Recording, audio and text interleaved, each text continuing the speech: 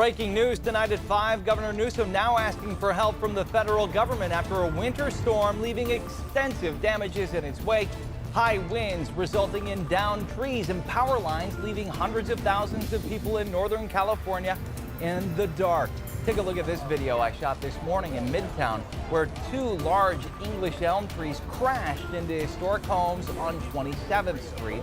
And several cars are damaged, some even totaled by the downed trees. Many of these images coming from downtown and midtown Sacramento. And right now, evacuations are underway in South Sacramento County as those around the Wilton area are warned to leave again over flooding concerns. Good evening, I'm Luke Clary. Thanks so much for joining us. A lot to get to tonight. We have live team coverage tonight of the storm damage as another storm system is expected to move in again tonight. Roxanne Elias is in Wilton tonight with more on the evacuation warning. Monica Woods is tracking the next round of wind, rain, and snow. Alicia Machado is in South Sacramento, where thousands of people are still in the dark. But we start with ABC 10's Brandon Rittiman with a closer look at more of the damage in Arden Arcade. Brandon. Yeah, this is where we started our day, Luke. That wind was really something when it came in around the midnight hour last night, and all it took was a little. We got a lot because we have really saturated ground right now. All of that makes for weak tree roots, so things that were able to survive the last few rounds of storms were not able to survive last night, particularly when we got those winds, in the order of 70 miles an hour. It did damage to trees, but it also was enough to do damage directly to buildings. Yeah, it felt like it happened so fast. Yeah. Felt like everything just started happening right after another. The crushing wind woke up Brandon Falcon and his girlfriend. Then the ceiling of their apartment in Arden Arcade started to leak. Right under that spot is the place where Carter, their 8-month-old baby, sleeps. The water was pouring. We'd gotten the crib out of there. That was like the first thing we moved. The storm soaked a bunch of the family's stuff. Workers had to patch the roof, all because of winds way stronger than forecasters predicted. We're just glad that we got out before anybody got hurt. It was really intense. I didn't expect this to happen. Outside of his window, county crews worked to get fallen trees out of the road. Dan Greenhill heard them fall. He called 911. I finally got through to the fire department, told me, one fell on a house over here. No one here got hurt, but cars got crunched. Damage like this happened all over the Sacramento area, like at this apartment in South Sacramento and further south in Elk Grove. It's happened out here before. We had wind, but not quite like that. Ed Page spent the day cleaning up his yard, while SMUD utility crews spent the day fixing his power line. This pole, it's got to come out. We're actually eating cold food. Cornflakes are great. Back up in Arden, our tree fell down. At Little Colson's house, tree number 1 came down just before midnight. While we're looking at the tree out front, I hear another crash out back, and it was this one. With more storms coming, everyone wonders, how much more of this are we in for? You guys know where you're staying tonight? Probably here. We don't really have a choice. If there's a silver lining in this today, it is that we had pretty nice weather. We had sunshine and it was dry, which allowed people to get a lot of work done, clearing out the roads and trying to patch things up as best they could. But the reality is we have a lot more moisture coming behind this and the chance for some pretty high winds, and that means that trees that were weakened but didn't fall this go round could be at risk of falling in the future. So we're not out of the woods yet, not by a long shot. All right, yeah, thanks, Brandon. Some harrowing moments there for families, especially with small children. Here's a look at the latest power outage map from SMUD. Right now, more than 60,000 people remain without power. Crews are assessing more than 800 active outages. At one point last night, more than 300,000 SMUD customers were without power. Meanwhile, thousands of PG&E customers remain without power. Locally, there are large outages in West Sacramento and communities south of I-80. Many areas in Yolo, Placer, and El Dorado counties are also impacted. And scenes like this in West Sacramento help explain the power outages. Electrical explosions on Sacramento Avenue at Solano Street at around midnight. TikTok user William Bigak telling us that this lasted for about 3 minutes. Let's get it over to Chief Meteorologist Monica Woods, and it seems like we are just getting started, Monica. Certainly are. Yeah, this is eerily similar to what we deal with our fire events as well. And you can see multiple watches and warnings out again. The one I want to focus on because of what you were just watching there is the high wind warning. That starts up at 12 a.m., meaning midnight, all the way through 2 o'clock tomorrow afternoon. Damaging winds once again, gusts up to about 65 miles per hour in some areas.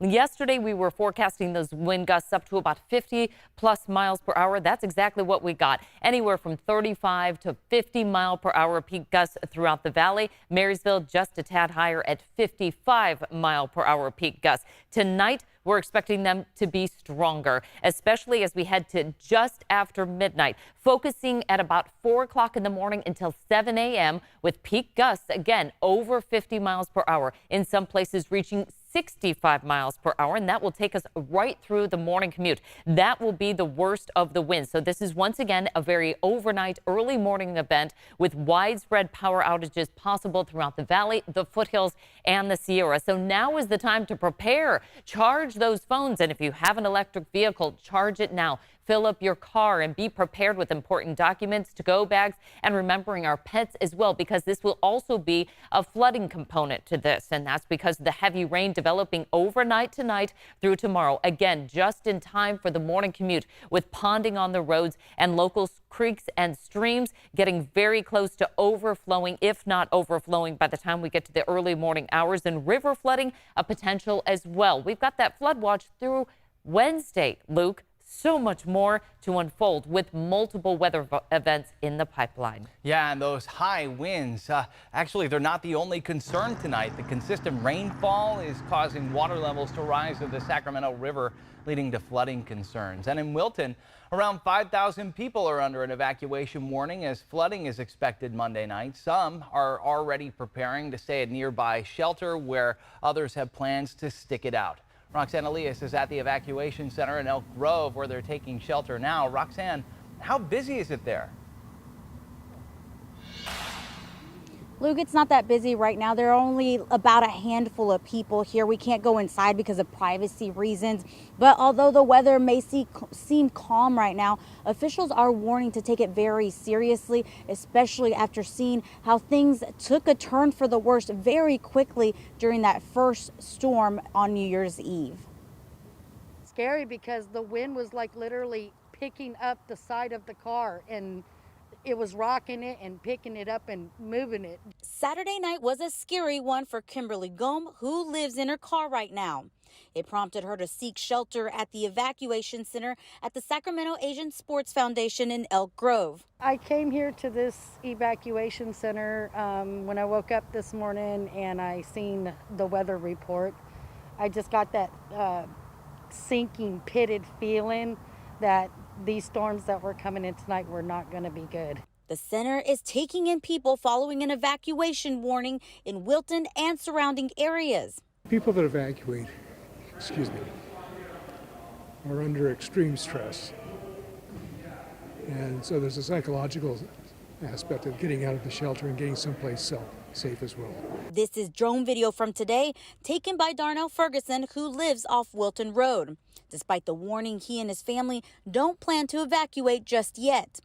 You may remember him from the first storm on New Year's Eve after we spoke to the father and son. Monday night, that's when it's supposed to pick up, so we're going to write it out Monday, and then later on the night see how it's going to pick up, and if we have to evacuate, we'll evacuate.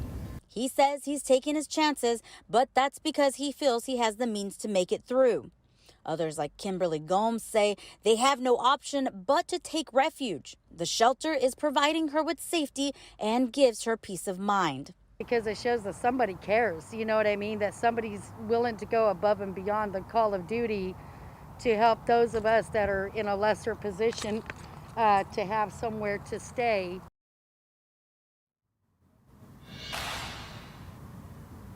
Kimberly's actually looking for a place to live right now, and she's asking you, our viewers, if you could help her find a home. You can reach out to ABC 10 and we will give her that information. Also, meanwhile, that public safety alert that was sent out earlier says if you need that extra time to evacuate, you should do that now. Luke, back to you in studio. Yeah, thanks, Roxanne. So important for people to get out of harm's way.